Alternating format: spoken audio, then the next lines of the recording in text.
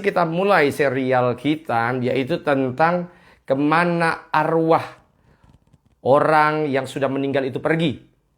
Karena begini, banyak sekali kejadian. Ya, puji Tuhan, Ibu Cornelia, salam kenal dari Kupang NTT, salam untuk seluruh keluarga.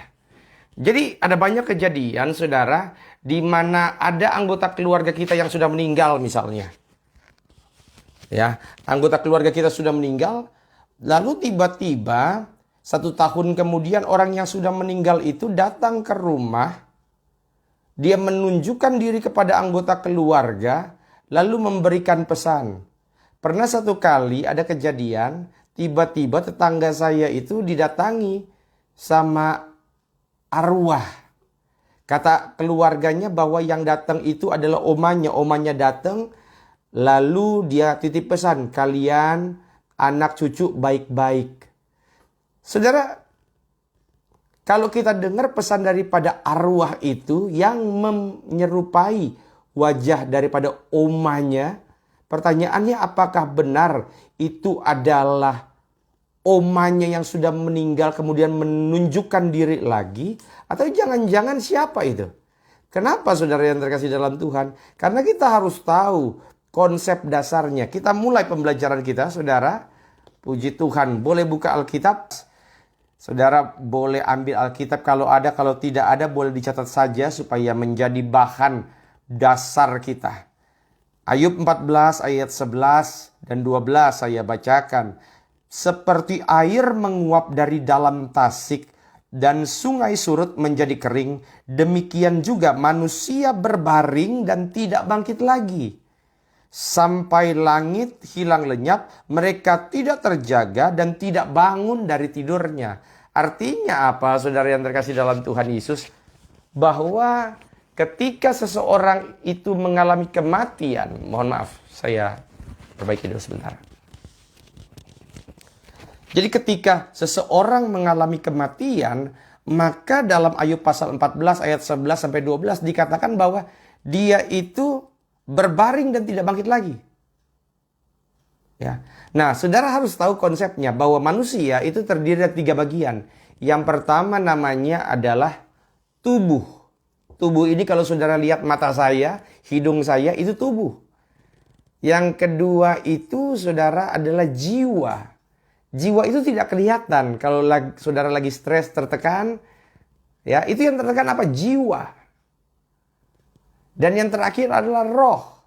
Roh itu adalah sesuatu yang membedakan manusia dengan binatang. Binatang punya jiwa. Binatang punya tubuh. Tetapi binatang tidak punya roh. Roh inilah yang nanti akan kembali ke sorga. Shalom Ibu Mary Yusuf dari Sandakan, Sabah, Malaysia. Puji Tuhan, Tuhan Yesus memberkati.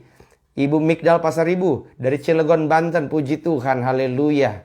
Ya, saudara, jadi ketika anggap saja misalnya nanti saya mati begitu. Yang mati itu adalah tubuh saya. Giri Tengger ini tubuhnya mati.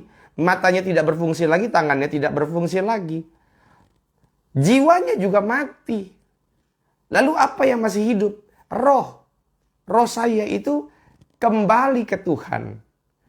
Nah pertanyaannya apakah roh itu bergentayangan? Jawabnya tidak. Kenapa? Karena dikatakan tadi dalam ayat 12, manusia berbaring dan tidak bangkit lagi sampai langit hilang lenyap.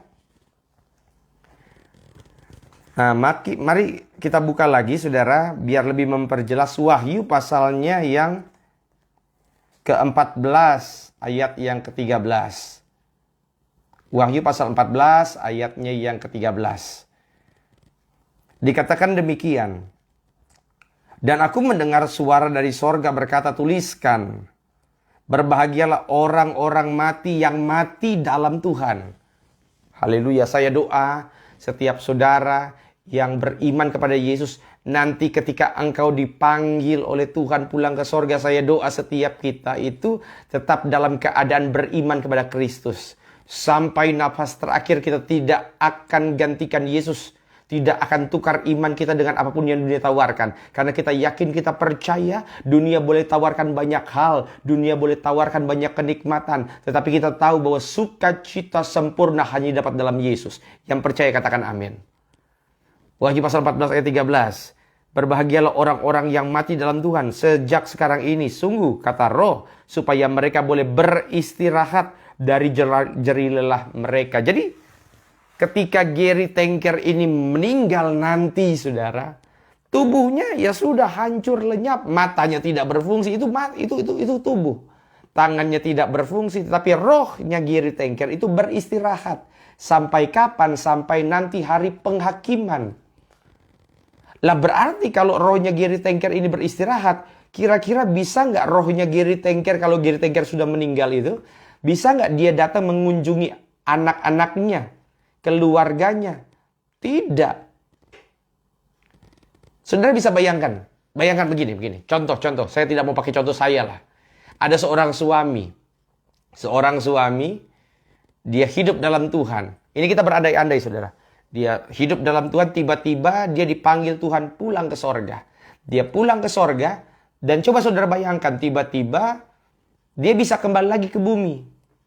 Begitu dia kembali ke bumi, dia lihat istrinya terlantar karena tidak bisa hidup. Anak-anaknya juga terlantar. Kira-kira ayah yang tadi sudah meninggal melihat anak dan istrinya hidup susah, sedih nggak dia kira-kira? Sedih pasti kan? Lah, bagaimana mungkin orang yang sudah meninggal bisa bersedih? Bukankah Alkitab berkata bahwa ketika orang sudah meninggal itu akan hidup dalam sukacita Tuhan? Dan di kerajaan Bapa yang kekal itu tidak akan lagi ada kesedihan dan tangisan air mata. Lalu bagaimana mungkin orang yang sudah meninggal ini bisa bersedih? Itu artinya ketika seseorang sudah meninggal, dia tidak ada hubungan apa-apa lagi dengan dunia. Nah, masuk ke pertanyaan berikutnya. Kalau begitu, arwah siapa yang mendatangi? Tapi Pak Pendeta, itu mukanya mirip sekali dengan muka ayah saya. Mukanya mirip sekali dengan wajah opa saya. Saudara yang terkasih, kita harus tahu bahwa iblis adalah bapa daripada segala penipu. Sehingga ketika ada arwah yang menyerupai keluarga kita, kita dengan jelas berani berkata bahwa itu bukanlah anggota keluargamu yang sudah meninggal. Kenapa? Karena arwahnya sudah tenang. Nah kalau begitu ini siapa? Itu adalah iblis yang menyerupai atau mengambil rupa anggota keluargamu. Untuk apa? Bisa untuk menakut-nakuti, tetapi kunci utamanya untuk menipu. Ya saudara, tapi Pak Pendeta, yang diucapkan itu semua firman Tuhan. Saudara harus sadar bahwa iblis itu bisa menyamar seperti malaikat terang, kata Alkitab. Ya saudara, jadi ketika ada orang datang yang dibilang arwah menyerupai orang yang sudah meninggal, itu bukan anggota keluarga kita. Dan uniknya saudara, saya melihat bahwa di akhir zaman ini iblis menggunakan banyak cara untuk menjebak orang percaya menggunakan media arwah. Saya ambil contoh. Saudara, saya ini dibesarkan oleh kakek saya.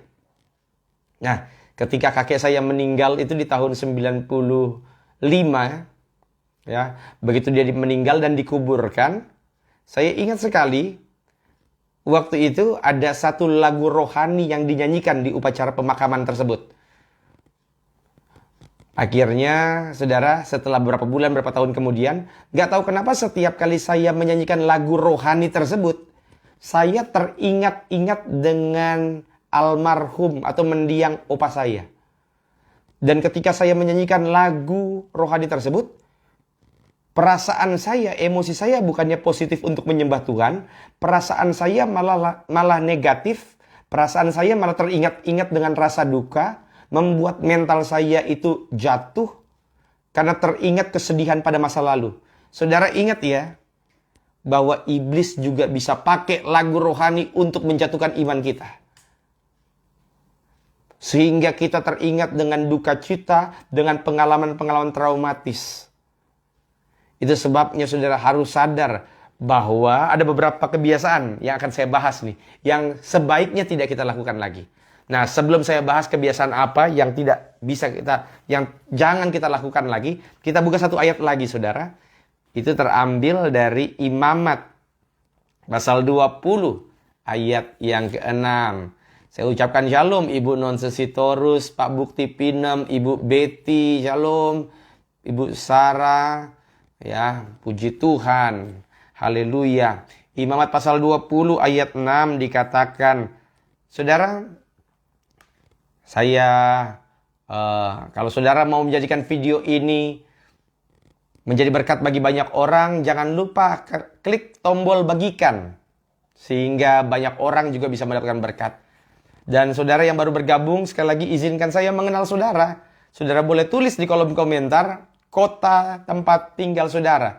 Tadi ada yang dari Papua, ada yang dari Sabah, ada yang dari Sumba, NTT. Ya, jemaat-jemaat salam kenal.